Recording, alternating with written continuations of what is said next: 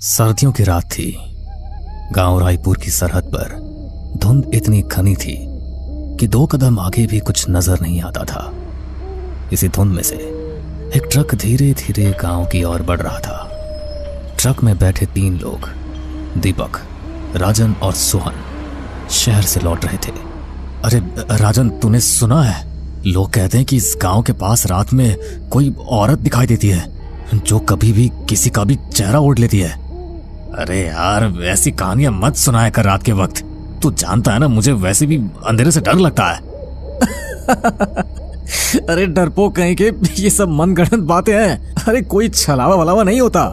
Truck की headlight कुछ दूर तक ही उजाला कर पा रहा था। सामने अचानक धुंध में एक परछाई हिली।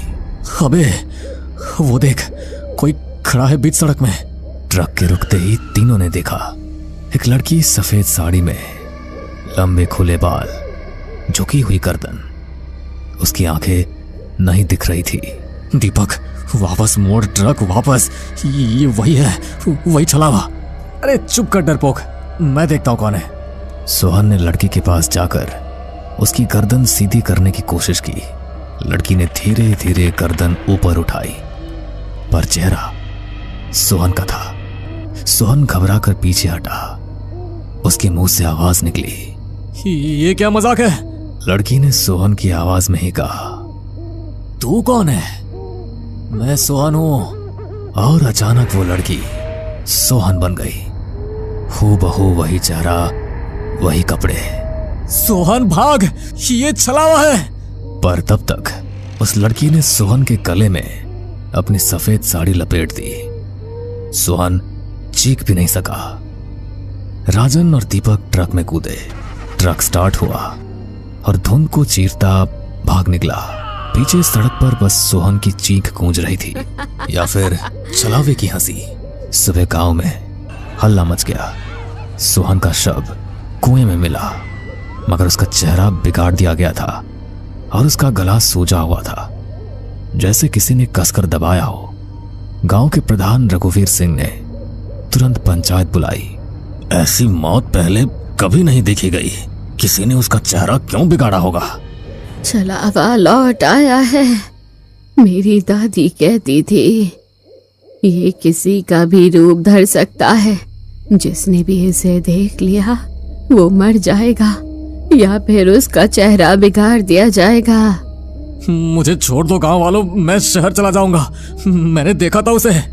नहीं, जब तक ये सच्चाई पता नहीं चलती। गांव के पुजारी पंडित श्यामलाल को बुलाया गया। छलावा डर से पलता है। जितना डरोगे वो उतना ताकतवर होगा। इसे रोकने के लिए हमें गांव के बाहर वाले पीपल के पेड़ पर पूजा करनी होगी। रात को दीपक, राजन, प्रधान और पंडित श्यामलाल चारों गांव के बाहर गए। पीपल के पेड़ के नीचे जैसे ही पंडित जी ने मंत्र पढ़ना शुरू किया, हवा तेज होने लगी, पेड़ हिलने लगा। किसी ने राजन के कान में धीरे से फूंक मारी। राजन। राजन ने पीछे देखा, वहां दीपक खड़ा था। दीपक, तू वहां पूजा कर रहा था ना? यहां कैसे? पीछे देखा तो दीपक सच में मंत्र पढ़ रहा था। राजन की चीख निकल गई, क्योंकि जो दीपक सामने खड़ा था उसकी आंखें काली थी। वो दीपक छलावा था। छलावे ने अपना चेहरा झटके से खींचा और वो बिना चेहरा वाला डरावना साया बन गया। राजन की चीख सुनते ही असली दीपक भागा। पंडित जी ने मिट्टी का घड़ा उठाकर छलावे पर फेंका। घड़ा टूटते ही काले धुएं में छलावा गायब हो गया, लेकिन राजन की गर्दन मरोड़ दी गई थी। मैं ही क्यों बचा हर बार? मुझे ही क्यों छोड़ देता है ये? क्योंकि अब ये तुझे इस्तेमाल करेगा। ये तुझे भी किसी दिन ओढ़ लेगा। अगली रात गांव में कोहराम मच गया। गांव के घरों में बच्चों ने खिड़की से देखा कोई मां बनकर दरवाजा खटखटा रहा है। किसी के पिता बनकर कोई आंगन में बैठा है। हर घर में छलावा घुस चुका था। बच्चों की किलकारियां अचानक रोने में बदल गई। औरतों की चीखें निकलने लगी। दीपक भागता हुआ प्रधान के घर पहुंचा। प्रधान जी वो पूरे गांव में फैल गया है। अरे पकड़ो उसे, जला डालो। पर मैं ही तो हूं वो। और अगले ही पल दीपक का चेहरा गायब हो गया। वही छलावा उसकी जगह खड़ा था। प्रधान भागा, मगर दरवाजा खुद ब खुद बंद हो गया। गांव के हर कोने से एक ही आवाज गूंज रही थी, कोई नहीं बचेगा, सब मेरा चेहरा पहनेंगे। सुबह गांव वीरान था। सड़क पर कोई नहीं। घरों के दरवाजे टूटे हुए। हर दीवार पर खून से लिखा था छलावा। कहीं किसी की हड्डियां, कहीं किसी औरत की लटकी हुई साड़ी, और बीच में पड़ा था एक चेहरा। वो किसी का भी नहीं था, पर फिर भी हर किसी का था। 3 दिन बाद पास के शहर से पुलिस आई। गांव पूरा खाली था। बस कुएं में से आवाज आती थी। कोई राजन की आवाज में रोता था, कोई दीपक की आवाज में हंसता था। पुलिस ने कुएं में झांका। कुएं में अंधेरा ही अंधेरा था। किसी ने नीचे से कहा, कूद आओ, हम सब यही है। और फिर कुएं से वही छलावे की आवाज आई, तू भी अब मैं हूं।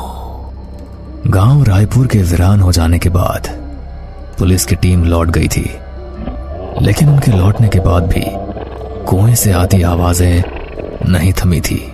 शहर में बैठी नेहा, 28 वर्ष, पत्रकार, इस गांव के बारे में सुन चुकी थी। उसका भाई दीपक उसी गांव में ट्रक ड्राइवर था, जिसकी कोई खबर नहीं थी। सर, मुझे वहां जाना होगा। मेरा भाई लापता है, मैं रोक नहीं सकती। नेहा, वो गांव शापित है, प्लीज मत जाओ। तुम शहर में ही रहकर रिपोर्ट बनाओ। मैं रिपोर्ट नहीं बना रही, मैं अपने भाई को ढूंढ रही हूँ। मुझे मंजूरी चाहिए। फोन कट गया। नेहा ने अपनी बाइक उठाई और रायपुर की ओर निकल पड़ी। जैसे ही नेहा गांव के बाहर पहुंची, उसे हर ओर अजीब सा सन्नाटा लगा। हवा में गंध थी, जैसे किसी ने जानवर जलाए हो। नेहा ने अपनी बाइक गांव के प्रवेश द्वार पर रोकी। सामने टूटी हुई चौपाल, खून के धब्बे, और दीवारों पर अभी भी छलावा लिखा था। उसने कैमरा ऑन किया और रिकॉर्डिंग चालू की। मैं रायपुर गांव में हूँ, जहाँ कुछ दिन पहले सामूहिक हत्याएं हुई। मैं यहाँ अपने भाई दीपक की तलाश में आई हूँ। अगर कुछ होता है तो ये वीडियो सबूत होगा। रात का समय हो चला था। नेहा ने पास के एक टूटे घर में खुद को छुपाया और रात वहीं गुजारने का फैसला किया। रात के 1 बज रहे थे। नेहा की नींद खुली क्योंकि दरवाजे पर दस्तक हुई। कौन है? नेहा, मैं हूं, दरवाजा खोलो। नेहा का दिल धड़कने लगा। उसने जल्दी से दरवाजा खोला। बाहर दीपक खड़ा था। उसके कपड़े फटे हुए थे, चेहरा धूल से भरा, लेकिन मुस्कुरा रहा था। दीपक, तू जिंदा है? हाँ बहन, मैं जिंदा हूं। नेहा ने दीपक को गले लगाया, पर उसकी सांसें ठंडी लग रही थी। दीपक, तेरी सांसें इतनी ठंडी क्यों है? दीपक का चेहरा हंसी में बदल गया, पर उसकी आंखें काली पड़ गई। अचानक उसकी गर्दन मुड़ गई और उसने वही आवाज निकाली, सबका चेहरा मेरा है। नेहा चीखी और कमरे के कोने में भागकर छुप गई। दीपक धीरे धीरे बदल गया। उसका चेहरा भयानक हो गया और उसके चेहरे पर काले गड्ढे आ गए थे। नेहा ने कैमरा उठाया और भागकर बाहर निकली। गांव के हर घर में से आवाजें आ रही थी। कोई रो रहा था, कोई हंस रहा था, तो कोई गा रहा था। नेहा भागते भागते कुएं तक पहुंची, जहां से आवाज आ रही थी, नेहा, मैं यहां हूं, बचा ले। नेहा ने कुएं में झांका। नीचे पानी काला था, उसमें दीपक का चेहरा दिख रहा था। दीपक, मैं तुझे निकालूंगी, रुक। जैसे उसने रस्सी फेंकने के लिए झुककर हाथ बढ़ाया, कुएं से एक काली हथेली बाहर आई और उसकी कलाई पकड़ ली। छोड़ो मुझे, कौन हो तुम? कुएं से वही आवाज आई, छलावा। नेहा ने जोर लगाकर हाथ छुड़ाया और भाग खड़ी हुई। नेहा गांव के मंदिर की ओर भागी। वहां एक बूढ़ा आदमी बैठा था। उसकी आंखें सफेद थी। वही पंडित श्यामलाल। अरे आ गई तू, तेरी ही प्रतीक्षा थी। छलावे ने तुझे बुलाया है। मुझे नहीं आना था, मैं बस अपने भाई को लेने आई थी। तेरा भाई मर चुका है, अब वो नहीं, उसका चेहरा है जिसे छलावा ओढ़ चुका है। मैं क्या करूं, कैसे बचाऊं इसे? छलावा डर से पलता है, तू डरना छोड़ दे। पर क्या?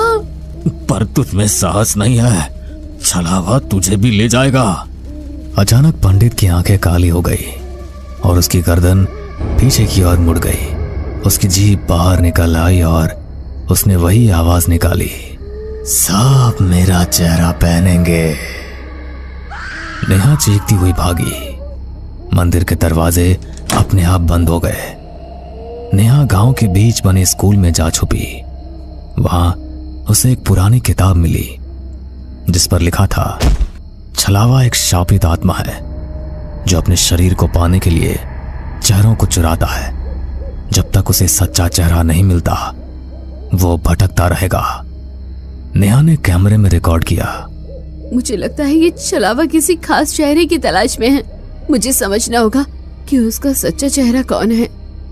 अचानक दरवाजा खुद खुल गया। वहां दीपक खड़ा था। नेहा, मैं असली दीपक हूं। नहीं, तू छलावा है। नहीं नेहा, मैं सच में बचकर भाग आया हूं, मुझे बचा ले। नेहा ने देखा दीपक के पैर जमीन पर नहीं थे, वो हवा में तैर रहा था। दीपक की आवाज गूंजी, क्योंकि अब मैं भी छलावा हूं। नेहा स्कूल से भागी। उसे समझ आ चुका था कि गांव में कोई भी असली नहीं बचा। जैसे ही वो गांव की सीमा पर पहुंची, धुंध और गहरी हो गई। सामने से कोई आ रहा था। वो उसकी मां का चेहरा था। नेहा, तू भाग क्यों रही है? मेरी मां मर चुकी है, तो छलावा है। पर मैं तेरे भीतर हूं। अचानक वो चेहरा बदलने लगा। उसमें दीपक का चेहरा आया, पंडित का चेहरा आया, राजन का चेहरा आया, सोहन का चेहरा आया और फिर नेहा की मां की आवाज ने बोला, मुझे मेरा असली चेहरा दे दे नेहा। नेहा के हाथ में कैमरा अब भी ऑन था। वो गिर पड़ी। छलावा ने धीरे धीरे उसका चेहरा छुआ। तेरा ही चेहरा मेरा असली चेहरा है नेहा। नेहा की आंखों में चमक आई। उसे अपने बचपन की बातें याद आने लगी, लेकिन वो याद नहीं थी, यह किसी और की स्मृति थी। तभी छलावे ने कहा, मैं तेरा पिता हूं नेहा, मुझे याद कर। नेहा का दिमाग झंझना गया। उसकी सांस तेज होने लगी। नहीं, तू मेरा पिता नहीं हो सकता। छलावे ने नेहा के चेहरे को छुआ और उसमें समा गया। नेहा की आंखें काली पड़ गई और उसके मुंह से आवाज आई, अब मुझे मेरा असली चेहरा मिल गया, अब मैं आजाद हूं। गांव में हवा चलनी बंद हो गई। पेड़ रुक गए। आवाजें खामोश हो गई। नेहा उठी। उसकी आंखों में अजीब सी शांति थी। उसने कैमरा उठाया। उसकी स्क्रीन पर सिर्फ उसका चेहरा दिख रहा था, जो अब बिल्कुल खाली था। नेहा, जो अब छलावा बन चुकी थी, बाइक पर बैठी और शहर की ओर लौट गई। छलावा कोई शापित आत्मा नहीं था। यह नेहा के पिता की आत्मा थी, जो नेहा को बचपन में छोड़कर मर गया था। उसकी आत्मा एक चेहरा ढूंढ रही थी जिसके साथ वो दुनिया में वापस आ सके। वो चेहरा नेहा का था। अब छलावा ने नेहा का रूप ले लिया है और शहर की ओर लौट रहा है ताकि शहर में भी वही शुरू कर सके जो रायपुर में किया। नीलू एक घने जंगल में डरी सहमी अपने चारों तरफ देख रही थी। तभी उसे महसूस होता है कि उसके पीछे किसी का छलावा है। जैसे ही नीलू पीछे पलटती है, उसको अपने पीछे घने जंगल के सिवा अगर कुछ दिखता है तो वो थी किसी की पीली आंखें। 2 बड़ी बड़ी पीली आंखें सिर्फ और सिर्फ नीलू को ही निहार रही थी। नीलू की नजर भी उन आंखों पर टिक जाती है। तभी नीलू के कान में किसी के चिल्लाने की आवाज आती है। उस चिल्लाती हुई आवाज को सुनकर नीलू की चीख निकल जाती है।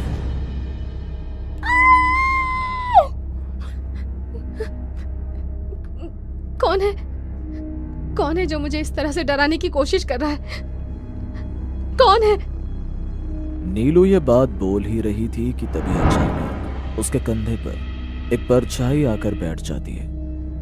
अपने ऊपर किसी का एहसास पाकर मानो नीलू पूरी तरह ठंडी पड़ जाती है। पर यह नीलू थी कौन और वो इस जंगल में अकेले कर क्या रही थी, जानने के लिए चलते हैं कुछ घंटे पहले। ये कहानी 4 दोस्तों की है जो घर और ऑफिस के कामों से कुछ दिन की फुर्सत लेकर बाहर घूमने का प्लान बनाते हैं। वो चारों दोस्त नीलू, शीला, अमर और कार्तिक अपने शहर से दूर एक कैंप पर जाते हैं, जहां कैंप के बाहर चारों दोस्त बॉनफायर जलाकर बैठे होते हैं और आपस में बात करते हैं। इसी बीच अमर के दिमाग में एक गेम आता है और वो अपने दोस्तों से कहता है, चलो यार बातें तो बहुत हो गई, अब कुछ इंटरेस्टिंग सा गेम खेला जाए। और ये गेम तो मेरी नीलू का फेवरेट है, क्यों जानू? अमर, मैंने तुम्हें कितनी बार बोला है कि मुझे इस तरह से मत बोला करो। अरे यार, क्या तुम दोनों आपस में फिर से लड़ने लगे? तुम दोनों का ऐसा एक भी दिन नहीं होता होगा जिस दिन तुम दोनों लड़ाई ना करो। मुझसे लड़े बिना उसका पेट भरता कहाँ है? नीलू छोटी सी बात पर अमर से नाराज हो जाती है। उसकी नाराजगी देखकर तीनों हंसने लगते हैं और ट्रुथ और डेयर का गेम शुरू करते हैं, जिसमें कार्तिक एक बोतल घुमाता है और वो बोतल अमर के पास जाकर रुकती है। क्योंकि बोतल अमर के पास रुकी थी, इसीलिए अमर से ट्रुथ और डेयर का सवाल पूछा जाता है, जिसमें अमर ट्रुथ को चुनता है और यहीं पर कार्तिक उसे फंसा देता है। अब आया ना ऊंट पहाड़ के नीचे। नीलू जरा पूछो अमर से, ये उस दिन अपनी एक्स से बात क्यों कर रहा था? तो मैं नहीं पता, पर शांति इसकी एक्स रह चुकी है। कार्तिक, ये क्या हरकत है? तुम उन दोनों के बीच में लड़ाई क्यों करवा रहे हो? अरे वो उनका आपसी मामला है, तुम कोई दूसरा सवाल कर लो ना यार। क्यों कोई दूसरा सवाल कर लो? कार्तिक ने बिल्कुल सही सवाल चुना है। आखिर कौन है ये शांति? और अमर की कोई एक्स भी थी, उसने मुझे आज तक नहीं बताया। और चलो थी भी कोई, तो मेरे होते हुए उसने उससे बात क्यों की? कार्तिक को जरा भी अंदाजा नहीं था कि नीलू इस छोटी सी बात का बतंगड़ बना देगी और गुस्से में उठकर वहां से चली जाएगी। अमर नीलू की बातों का कोई जवाब नहीं दे पाता, इसलिए वो गुस्से में कैंप से चली जाती है। अब अमर नीलू को अपनी बात समझाने के लिए उसके पीछे जाता है, पर नीलू है जो उसकी सुनती ही नहीं और एक जंगल के रास्ते पर चल पड़ती है। जंगल के बाहर एक बोर्ड लगा था और उस बोर्ड पर साफ साफ अक्षरों में लिखा था, यहां जाना मना है। पर नीलू कुछ नहीं देखती और आंख बंद करके गुस्से में उस रास्ते पर निकल जाती है। अमर भी उसे रोकते हुए उस रास्ते पर चल पड़ता है और थोड़ी दूर जाकर नीलू को एहसास होता है कि वो अपने कैंप से काफी दूर आ चुकी है। और तभी वहां अमर जाकर उसका हाथ पकड़ लेता है। यार नीलू, मुझे समझ नहीं आता तुम इतनी जल्दी नाराज क्यों होती हो और गुस्से में इतनी जल्दी कैसे चलने लगती हो? पता है तुम्हें हम कैंप से कितनी दूर आ चुके हैं? रात का सन्नाटा और चारों तरफ जंगल ही जंगल देखकर अब नीलू को डर लगने लगता है। साथ ही उन्हें जानवरों की आवाज सुनाई देने लगती है। नीलू एक लंबी सांस लेती है और अमर से कहती है, तुम सही कह रहे हो अमर, मुझे भी लगता है हम गलत जगह आ गए हैं, पर अब हम यहाँ से निकलेंगे कैसे? वैसे मुझे भी नहीं पता यहाँ का रास्ता, पर तुम साथ रहोगी तो मैं सारे रास्ते पार कर लूंगा। और नाराज मत हुआ करो यार, शांति मेरी एक्स थी, वो मेरी लाइफ में है नहीं। और वैसे भी उस दिन उसने मुझसे मदद मांगने के लिए कॉल की थी, पर मैंने उसे तुम्हारे बारे में बता दिया। उसके बाद हमारी कोई बात नहीं हुई है। कार्तिक तो बस मजे ले रहा था, तुम तो जानती हो ना उसे। अमर की बात सुनकर नीलू का गुस्सा तो शांत हो जाता है, पर आगे जो उनके साथ होने वाला था इस बात से वो दोनों ही अनजान थे। वो दोनों एक दूसरे का हाथ पकड़कर बातें करते हुए उस सुनसान रास्ते पर चल पड़ते हैं। पर कुछ देर बाद तेज हवाएं चलने लगती हैं और तभी नीलू को एहसास होता है जैसे कोई छलावा उसके बगल में उसके साथ चल रहा है। नीलू घबराई हुई पीछे मुड़कर देखती है तो उसे पता लगता है जैसे किसी ने उसके कंधे पर हाथ रखा है। नीलू फिर से आगे की ओर देखती है तो वो देखती है कि अमर उसके साथ नहीं है। अब नीलू बहुत ज्यादा डर जाती है और अमर को आवाज देने लगती है, अमर, अमर, अमर, तुम कहाँ हो? तुम मुझे अकेला छोड़कर नहीं जा सकते ऐसे रास्ते पर। अमर, अमर। इतना बोलकर नीलू घबराई वहीं जमीन पर बैठ जाती है और अपने मुंह पर हाथ रखकर रोने लगती है। तभी उसे महसूस होता है जैसे किसी ने उसके कान में कुछ कहा है, नीलू, मैं तुम्हारे पास हूं। नीलू एक झटके में उठकर खड़ी होती है। नीलू एक घने जंगल में डरी सहमी अपने चारों तरफ देख रही थी। तभी उसे महसूस होता है कि उसके पीछे किसी का साया है। जैसे ही नीलू पीछे पलटती है उसको अपने पीछे घने जंगल के सिवा अगर कुछ दिखता है तो वो थी किसी की पीली आंखें। दो बड़ी बड़ी पीली आंखें सिर्फ और सिर्फ नीलू को ही निहार रही थी। नीलू की नजर भी उन आंखों पर टिक जाती है। तभी नीलू के कान में किसी के चिल्लाने की आवाज आती है। उस चिल्लाती हुई आवाज को सुनकर नीलू की चीख निकल जाती है।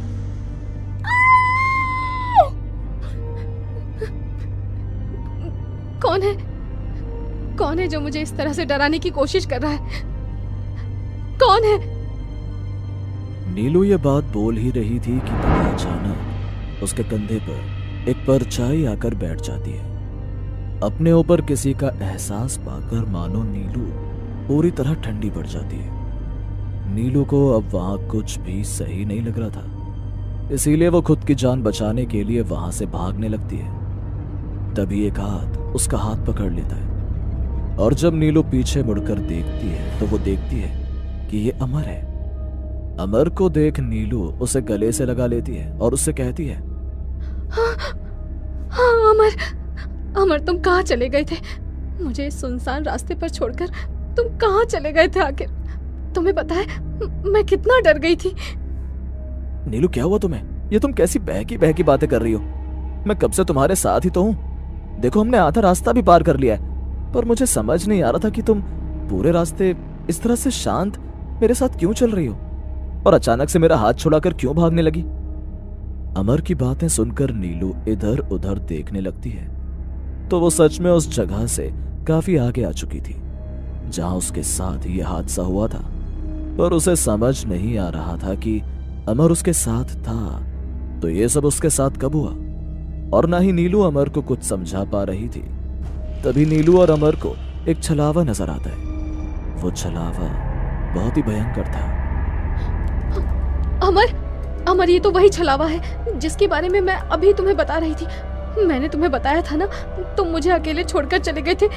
इसका मतलब वो मेरा वहम नहीं था। नीलू शांत हो जाओ, क्या पता ये हमारा वहम हो। हमें डरना नहीं चाहिए और आगे चलना चाहिए। अमर तुम पागल हो गए हो क्या? वो हमारा वहम नहीं, कोई भूतिया शक्ति है। हमें यहाँ से भागना होगा। नीलू अमर को समझाने की काफी कोशिश करती है पर अमर नहीं मानता और वो नीलू का हाथ पकड़कर उस छलावे के सामने ले जाता है। कुछ और तभी वो छलावा उन्हें साफ साफ नजर आता है कि वो कोई साया नहीं बल्कि किसी की आत्मा थी जो काफी भयंकर थी। अपने सामने एक आत्मा को देख नीलू और अमर वहां से भागने लगते हैं, पर वो दोनों बार बार उसी जगह पर आ जाते हैं जहां से वो भागने की कोशिश कर रहे थे। उनके सामने वही आत्मा आ जाती है। एक बार फिर नीलू और अमर हाथ पकड़कर दूसरी दिशा की ओर भागने लगते हैं, पर एक पत्थर से टकराने की वजह से नीलू और अमर एक दूसरे से अलग हो जाते हैं और उन दोनों के रास्ते भी। अब नीलू अमर को ढूंढने की कोशिश करती है पर उसे अमर नहीं मिलता, तो वहीं दूसरी ओर अमर नीलू को ढूंढने की कोशिश करता है और उसे भी नीलू नहीं मिलती। काफी दूर जाने के बाद अमर को नीलू नजर आती है और वो उसे देखकर जल्दी से गले लगा लेता है। तुम सही थी नीलू, मुझे तो लगा था कि मैंने तुम्हें खो ही दिया है, हमें यहां से जल्दी बाहर निकलना होगा। इतना बोलकर अमर नीलू का हाथ पकड़कर उसे चलने को कहता है, पर नीलू जोर जोर से हंसने लगती है और पल भर में ही नीलू एक आत्मा का रूप ले लेती है।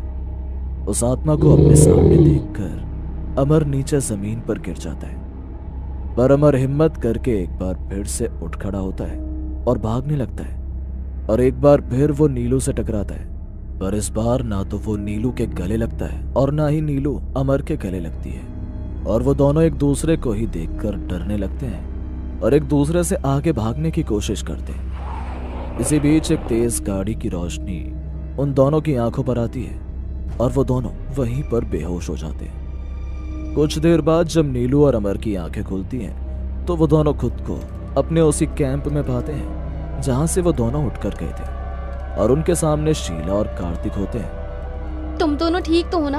और तुम दोनों जंगल में क्या कर रहे थे? रेस लगा रहे थे कि कौन पहले कैंप तक पहुंचेगा? जो भी हो, पर तुम दोनों को जंगल में जाने की जरूरत ही क्या थी? बाहर इतना बड़ा बोर्ड लगा है, तुमने देखा नहीं?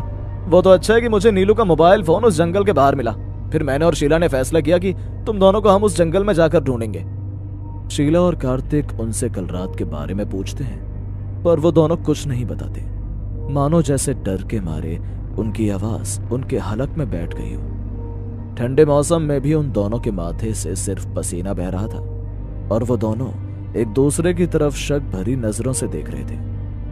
अमर और नीलू अपने कैंप में तो आ चुके थे, पर वो दोनों कल रात का हादसा नहीं भूल पाए। उनके साथ जो छलावा हुआ था, उस छलावे के बाद उन्हें अब भी विश्वास नहीं होता कि वो सुरक्षित हैं। इसके बाद वो दोनों बिना कोई देरी करे अपने दोस्तों के साथ वापस अपने घर चले जाते हैं और फिर कभी ऐसा टूर प्लान नहीं करते।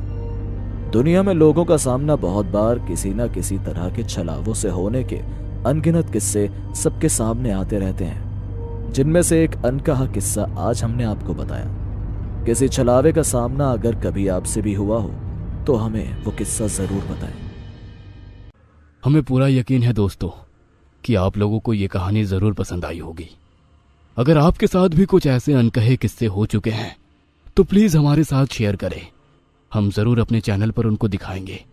हमारी ईमेल आईडी नीचे डिस्क्रिप्शन बॉक्स में दी गई है, तो प्लीज हमारे वीडियो और चैनल को शेयर एंड सब्सक्राइब करें और बने रहे हमारे साथ ऐसे ही अनकहे किस्से और कहानियां सुनने के लिए।